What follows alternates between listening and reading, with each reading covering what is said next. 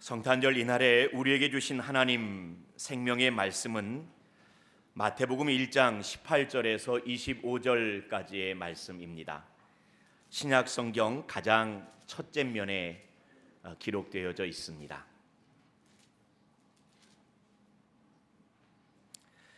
찾으셨으면 18절에서 25절까지의 말씀 저와 한 절씩 나누어 교독하겠습니다. 예수 그리스도의 나심은 이러하니라.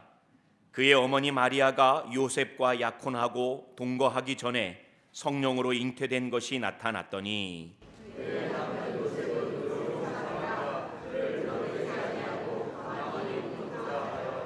이 일을 생각할 때에 주의 사자가 현몽하여 이르되 다윗의 자손 요셉아, 네 아내 마리아 데려오기를 무서워하지 말라. 그에게 잉태된 자는 성령으로 된 것이라.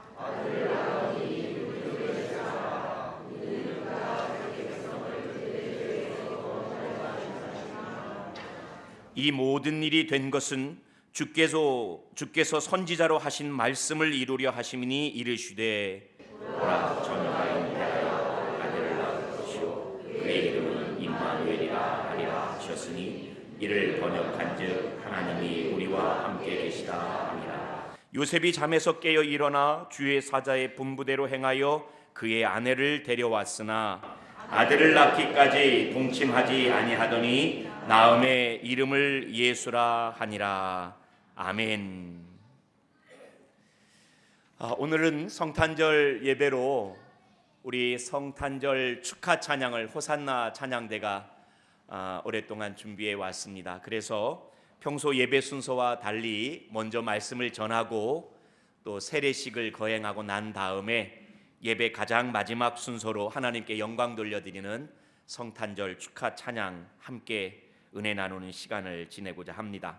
우리 함께 평화의 인사를 나누어야 할 터인데 오늘 우리가 함께 나눌 인사말이야 달리 말씀 안 드려도 될 것 같습니다. 일어나셔서 앞뒤 좌우 여러분들과 함께 인사 나눕시다. 메리 크리스마스 인사 나누겠습니다. 참 기쁜 성탄입니다. 고맙습니다.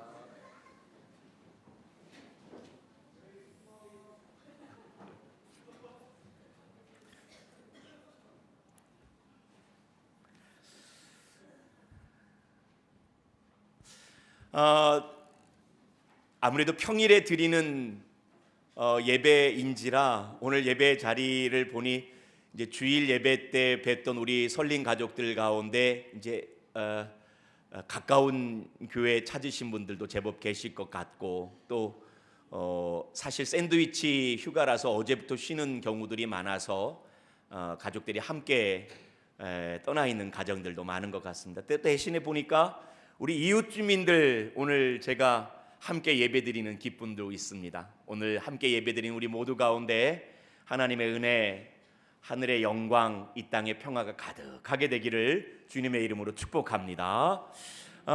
오늘 말씀 우리 찬양대 함께 은혜 나누어야 할 시간이 뒤에 예비되어 있고 또 세례식이 있기 때문에 평소와 다르게 조금 짧게 성탄 메시지를 전합니다. 주목하시고 잘 한번 우리가 귀담아 들었으면 좋겠습니다. 성탄절 이야기에 매우 중요한 인물이지만 그럼에도 불구하고 사실 주목받지 못하는 사람이 한 사람이 있습니다. 그게 누굴까요? 여러분 생각에 누굴까요? 다 그 대답하시네요. 아마 예수님의 육신의 아버지 요셉일 것 같아요. 어머니 마리아와 아기 예수님은 주목됩니다. 심지어 저기 동방에서 온 동방 박사나 들에 있던 목자들도 주목받습니다. 하다못해 성탄절 카드를 봐도 요셉은 늘 한규탱이의 옆모습만 나오는 경우가 많더라고요. 그래서 아버지로 살아가는 제 입장에서 또 여기 계시는 많은 아버지 여러분들 조금 서운한 마음 없었는지 모르겠습니다. 어쨌건 우선 성경에서도 요셉에 대한 이야기는 인색하리만큼 짧고 예수님의 유년 시절에 잠깐 등장하는 요셉 이야기를 제외하면 성경에서 예수님의 아버지 요셉 이야기는 거의 거론되고 있지 않습니다. 그래서 많은 신학자들은 아마 예수님 아버지 요셉은 자녀를 출산하고 난 다음에 얼마 있다가 요절하지 않았을까라고 생각하는 견해들이 많이 있습니다. 그래도 생각해 봅니다. 세상에 많은 남자들이 있는데 그 많은 남자들 가운데 예수님의 육신의 아버지로 요셉이 택함 받은 건 뭔가 특별한 이유가 있지 않을까? 왜 요셉이었을까? 우선은 오늘 본문 말씀을 통해서 가장 선명하게 드러나는 바, 먼저는 말씀이 이루어진 것이 요셉입니다. 우리가 읽었던 20절 말씀 앞에 부분에 이렇게 기록되어 있죠. 이 일을 생각할 때에 주의 사자가 현몽하여 이르되 누구의 자손 요셉아? 다윗의 자손 요셉아라고 기록되어 있습니다. 마태복음, 누가복음에 예수님의 족보를 기록하고 있는 이야기에 보면 다 이렇게 다윗의 자손으로 요셉이 언급되고 있습니다. 이 일은 그저 우연히 예수님 이 땅에 탄생하신 것이 아니라 예수님 탄생은 하나님이 만세 전부터 온 세상 사랑하셔서 구하시고자 하는 하나님의 구원 경륜에 따라 계획되고 예정된 대로 이루어지고 있음을 우리가 알게 하는 겁니다. 예수님은 다윗의 자손으로 오셔야 했습니다. 요셉이 많은 남자군데 예수님의 육신의 아버지로 택함 받았던 것은 말씀대로 이루시려는 하나님의 열심이 요셉을 택한 탓입니다. 뿐만 아닙니다.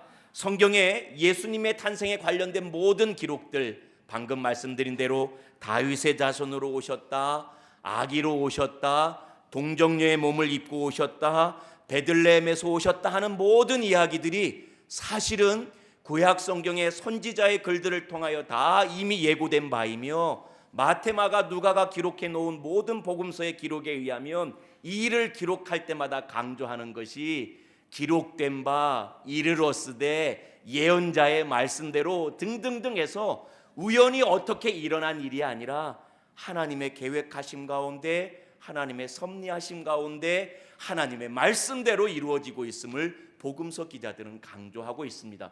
왜 요셉이었어야 할까요? 하나님의 말씀이 이루어지기 위해서였습니다. 또 한 가지 요셉이었던 이유는 19절 말씀에 기록되어 있습니다. 19절 말씀 같이 한번 이 말씀은 읽어봅시다. 시작. 그의 남편 요셉은 의로운 사람이라 그를 드러내지 아니하고 가만히 끊고자 하여. 아멘. 요셉이 택함 받았던 이유는 그의 남편 요셉이 어떤 사람이라고 기록되어 있어요? 의로운 사람이라서. 요셉은 의로운 사람이라서 택함 받았습니다. 그런데 여기 의롭다는 말에 대해서 우리가 조금 고민해 볼 필요가 있습니다. 원래 유대인들 아닙니까? 유대인들에게 의롭다라는 말은 어디에서 비롯된 말이냐면 율법을 잘 지켰다라는 의미에 있어서 의롭다라는 말입니다. 율법을 잘 지키는 사람들을 구약 전통에 의해서 의롭다라고 얘기합니다. 의인은 없나니 하나도 없었던 이유가 어느 인생이라도 율법을 온전히 준수할 수 없었기 때문에 그 말씀이 기록된 겁니다. 그러면 오늘 여기 기록된 요셉은 율법을 어김없이 잘 지켜왔기 때문에 과연 의롭다라고 성경이 기록하고 있을까? 그런데 그렇지 않습니다.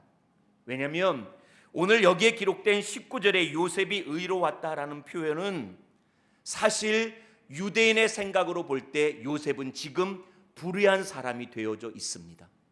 왜냐하면 유대인들의 율례에 의하면 결혼하지 않은 여인이 결혼 전에 배가 불러오면 그 남편 될 사람은, 약혼이 있으니까 결혼 전이니까 남편 될 사람은 그 여인을 간음죄로 고발해야 합니다.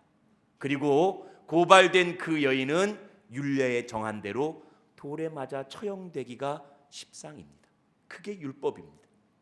그러므로 요셉이 정말 율법을 준수하는 의미에 있어서 의로운 사람이었으면 마리아를 고발하고 마리아는 안타까운 죽음을 맞이했었어야 할 겁니다. 그런데 마태는 일부러 유대인에게 보내는 복음서 가운데 요셉은 의로운 사람이라 라고 결정해 놓고 그 뒤에 이렇게 기록하고 있습니다.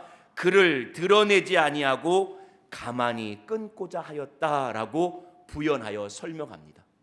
드러내지 않고 가만히 끊는 것은 율법을 준수하는 일이 아니고 불의한 일입니다. 그러므로 마태가 오늘 요셉을 향하여 의로운 사람이라고 말하였던 것은 율법 준수에서 의로운 사람이 아니라 오히려 율법의 완성인 사랑의 계명을 지켜낼 줄 아는 사람이었기 때문에 마태는 요셉을 의롭다라고 말하고 있습니다. 우리 로마서 13장 10절 말씀 같이 한번 읽어볼까요? 시작. 사랑은 이웃에게 악을 행하지 아니하나니 그러므로 사랑은 율법의 완성이니라. 뭐가 율법의 완성이라고요? 사랑이 율법의 완성이라고. 요셉은 아내 될 마리아를 지극히 사랑하여서 그 사랑으로 인하여 드러내지 아니하고 가만히 파혼하려고 했던 사람입니다. 율법의 완성, 그 사랑을 몸소 실천하는 요셉이었기 때문에 마태는 유대인의 사고방식의 전환을 가져오는 말, 요셉은 의로웠었다라고 이야기하고 있습니다. 사랑하는 성도 여러분들, 저와 여러분이 율법의 완성인 사랑으로 말미암아 하나님 앞에서 의로운 사람 되기를 주님의 이름으로 부탁드립니다. 자칫 우리 스스로가 의로운 사람인 줄로 착각하여 내 의를 가지고 함부로 남을 정죄하는 사람이 아니라 하나님의 의는 의롭지 못한 우리들을 의롭다 여기시는 것이 하나님의 의이므로 하나님의 의를 본받아 비록 부족한 사람이라도 모난 사람이라도 용서하고 용납하고 사랑으로 말미암아 율법의 완성인 사랑의 계명으로 의로워질 수 있는 저와 여러분 될 수 있기를 주님의 이름으로 축복합니다. 세 번째, 왜 요셉이었을까? 그는 믿음으로 순종하는 사람이었습니다. 이게 참 중요한 말씀이에요. 한번 오늘 이 이야기, 우리가 너무나 익히 잘 아는 이야기지만 짧은 이야기지만 우리가 한번 상상력을 동원해 봅시다. 마리아는 자기가 성령으로 잉태한 것을 알 수 있었을까요? 없었을까요? 그거 왜 모르겠어요? 알지요. 나는 남자를 알지 못하는 여인입니다. 남자를 알지 못하는데 언젠가부터 배가 불러오고 입덧이 시작되고 자꾸만 안에서 태동이 느껴져요. 나는 정말 남자를 알지 못하는데 내 배가 불러오고 태동이 느껴지면 이 아이가 남자를 통해서 얻은 아이가 아니라 성령으로 잉태된 것을 마리아는 자신의 경험을 통하여 자신의 몸을 통하여 알 수 있었어요. 그런데 묻습니다. 요셉의 경우는 마리아와 같을까요? 다를까요? 달라요. 요셉은 자신의 정혼녀 마리아가 아기를 가졌다고 하는데 마리아가 말합니다. 나는 남자를 알지 못해요. 주의 사자가 제게 말씀하여 주셨어요. 내가 지금 잉태한 것은 성령으로 잉태한 것이고 이 아이가 온 세상을 구할 것이라고 합니다. 요셉은 그것을 알 수 있을까요? 모를까요? 모르죠. 요셉은 다만 그 사실을 믿거나 믿지 않거나 받거나 받아들이지 않거나 둘 중에 하나였을 거예요. 여러분, 그 일이 쉬울까요? 이제 고인이 되신 구봉서 장로님, 코미디언 구봉서 선생님, 그 교회 예능인 선교교회 아니었습니까? 예능인 선교 모임에서 같이 성경 공부를 지도하는데 구봉서 장로님이 성경 공부를 가르치는 선생님이었대요. 근데 그 가운데 코미디언 하나가 아이 장로님, 나는 다른 건 몰라도 마리아가 예수를 임신했다는 건 못 믿겠어요. 어떻게 처녀가 아기를 배요? 있을 수가 없죠. 못 믿겠어요. 그러자 장로님, 구봉서 선생님 이렇게 말씀했다고 합니다. 야, 지서방이 믿는다는데 네가 뭔데 못 믿어? 그러더래요. 네, 말은 그렇게 했죠. 제서방이 믿어준다는데 네가 왜 난리냐 그랬지만 사실 어떻게 요셉 입장에서 그걸 믿을 수 있었을까? 꿈에 나타났으니까 주의 천사가 현몽하여서 요셉아, 내 아내 데려오기를 무서워하지 마라. 그 아이는 성령으로 잉태했다. 꿈에 천사가 나타났다고 말하면 내가 그거 어떻게 믿어지겠냐고요. 그래서 이 말씀 준비하면서 곰곰이 제 입장을 생각해 봤어요. 제 아들 녀석이 이제 25 넘어가니까 이제 장가 갈 때가 가까워 오는 거예요.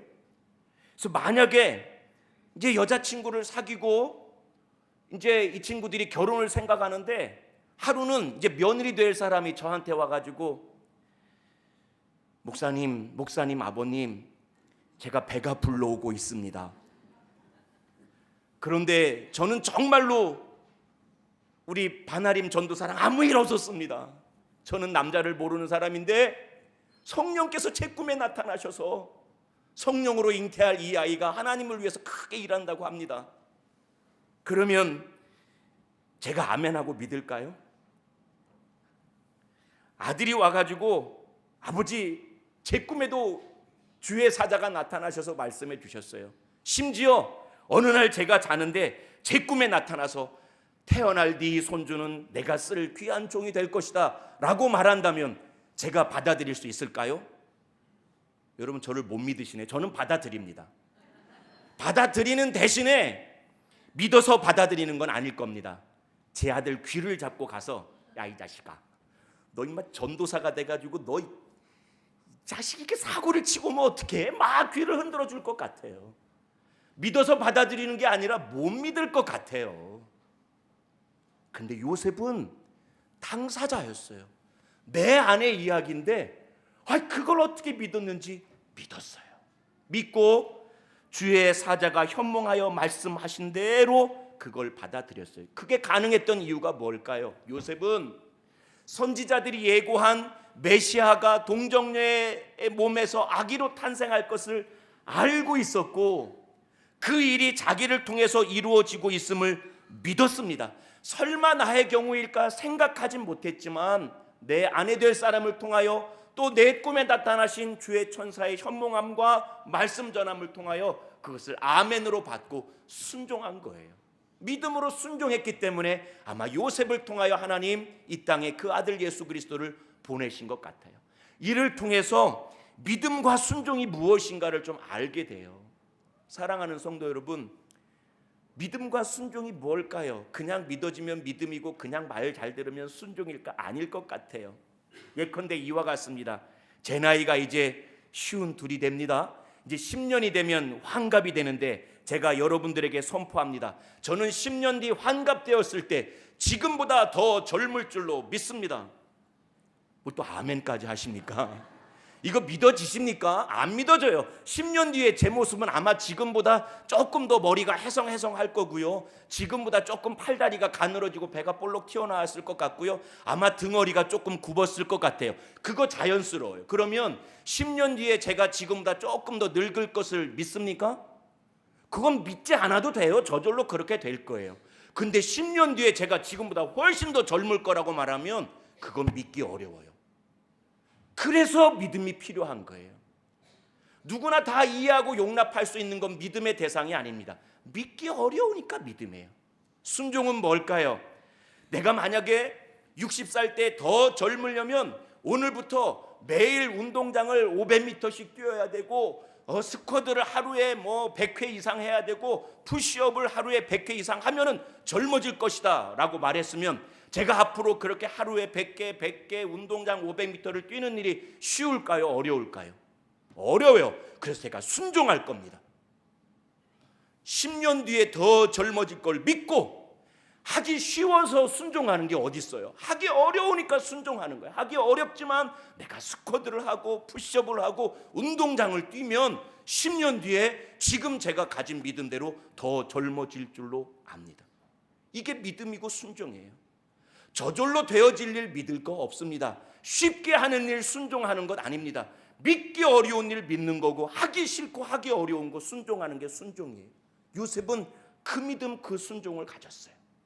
내 아내를 믿었고 잉태한 아기가 하나님의 아들 예수 그리스도임을 믿었고 그 믿음을 가지고 순종했습니다. 세상 많은 사람들이 믿어주지 않을 것 뻔한 일인데 위험한 일이 내게 비롯될 것을 내가 알매도 불구하고 내 아내 데려오는 것을 두려워하지 아니하고 기꺼이 주의 말씀 앞에 순종했습니다. 받습니다. 그렇게 하나님의 말씀 그리고 사랑으로 의를 이루고 믿음과 순종으로 살아가는 이 요셉이었기 때문에 하나님 그 요셉을 통해서 아들 예수님을 보내신 것 같아요. 말씀을 좀 정리합니다. 사랑하는 성도 여러분, 세상 사람들 성탄을 믿을까요? 믿기 어렵습니다. 제가 오늘 새벽에 새벽 예배 인도하려고 딱 타고 오는데 극동방송을 또는 기독교 방송을 아침에 라디오 틀고 오는데 어떻게 하다 보니까 오늘은 MBC가 틀려졌어요. 근데 MBC를 딱 듣고 새벽에 5시에 오는데 그때도 라디오를 하지 않습니까? 근데 노랫자락이 들려와요. 기쁘다 구주 오셨네. 이게 도대체 이게 일반 방송에서도 이런 노래 하네. 성탄절이라도 그런가 보다. 근데 아무리 들어도 이 목소리가 귀에 익은 목소리예요. 그래서 노래가 다 끝나고 난 다음에 DJ가 그러더라고요. 1980 몇 년도 앨범입니다. 조용필이 불렀습니다. 기쁘다 구주 오셨네. 조용필이 기쁘다 구주 오셨네 하는 거예요. 예, 오늘 그날입니다. 그런데 엊그제 제가 들은 이야기예요. 요즘은 새벽송 안 하는데요, 얼마 전까지만 해도 새벽송 했지 않습니까? 어린아이들이 새벽에 기쁘다 구주 오셨네 하니까 그 동네 아저씨가 창문을 확 열더니, 야 이놈들아, 누가 왔다고? 말도 안 되는 소리 하지 마. 구세주가 왔으면 세상이 바뀌어야 할 거 아니야. 바뀐 거 하나도 없는데 무슨 구세주가 와? 그냥 확 소리치르고 문을 닫더래요. 맞아요. 우리는 기쁘다 구주 오셨네 하지만 세상 사람들 구주 오셨다고 하면 콧방귀도 안 껴요. 그런데 사랑하는 성도 여러분, 세상은 믿어주지 않지만 오늘 설교 제목, 그러하기 때문에 저와 여러분이 성탄의 소식을 더욱더 열심히 전하는 우리 모두가 되었으면 좋겠어요. 그렇게 전할 수 있는 건 오늘 우리가 요셉 같은 사람 되는 겁니다. 하나님 이 땅에 아기로 찾아오셔서 우리와 임마누엘로 함께 하시고 그 아기 예수님이 장차 자라서 상처 입고 가슴 아픈 사람들 치유하고 모든 죄의 권세를 무너뜨리기 위해서 십자가에 못 박히시고 우리에게 구원의 문을 열어놓으셨다. 세상 안 믿지만 우리는 그 구세주께서 오늘 아기의 몸을 입고 오셨습니다 하고 성탄의 소식을 힘있게 증거하는 저와 여러분이 되어야겠습니다. 이를 위해서 요셉처럼 무엇보다도 첫 번째, 말씀이 이루어지고 있다는 것, 이거 우리가 먼저 신뢰하는 사람이 되고, 두 번째, 세상 사람들을 그렇게 하지 않다 할지라도 우리는 사랑으로서 율법을 이루어 갑시다. 너 잘못했어가 아니라 용서하고 용납함으로 사랑을 몸소 실천함으로 지금도 그런 사람이 있네 칭찬받는 그런 사랑으로 율법을 이루는 사람이 됩시다. 그리고 세상 사람들 믿어주지 않는다 할지라도 믿음으로 하나님 말씀 앞에 순종하여 살아갈 때 요셉처럼 살아가는 저와 여러분들을 통하여 성탄의 소식이 그래도 세상 가운데 조금씩 더 전해져 갈 줄로 믿습니다. 이런 저와 여러분의 노력을 통하여 하나님 지금도 이 땅 가운데 여전히 구원을 이루어 가실 것이며 대림절 오늘 마지막인데 주님 다시 오시는 그날에 정말 하나님의 나라를 완성시켜 주실 줄로 믿습니다. 그날이 올 때까지 성탄의 기쁜 소식 마음에 품고 요셉처럼 살아가시는 저와 여러분 되시기를 주님의 이름으로 축복합니다. 기도하겠습니다.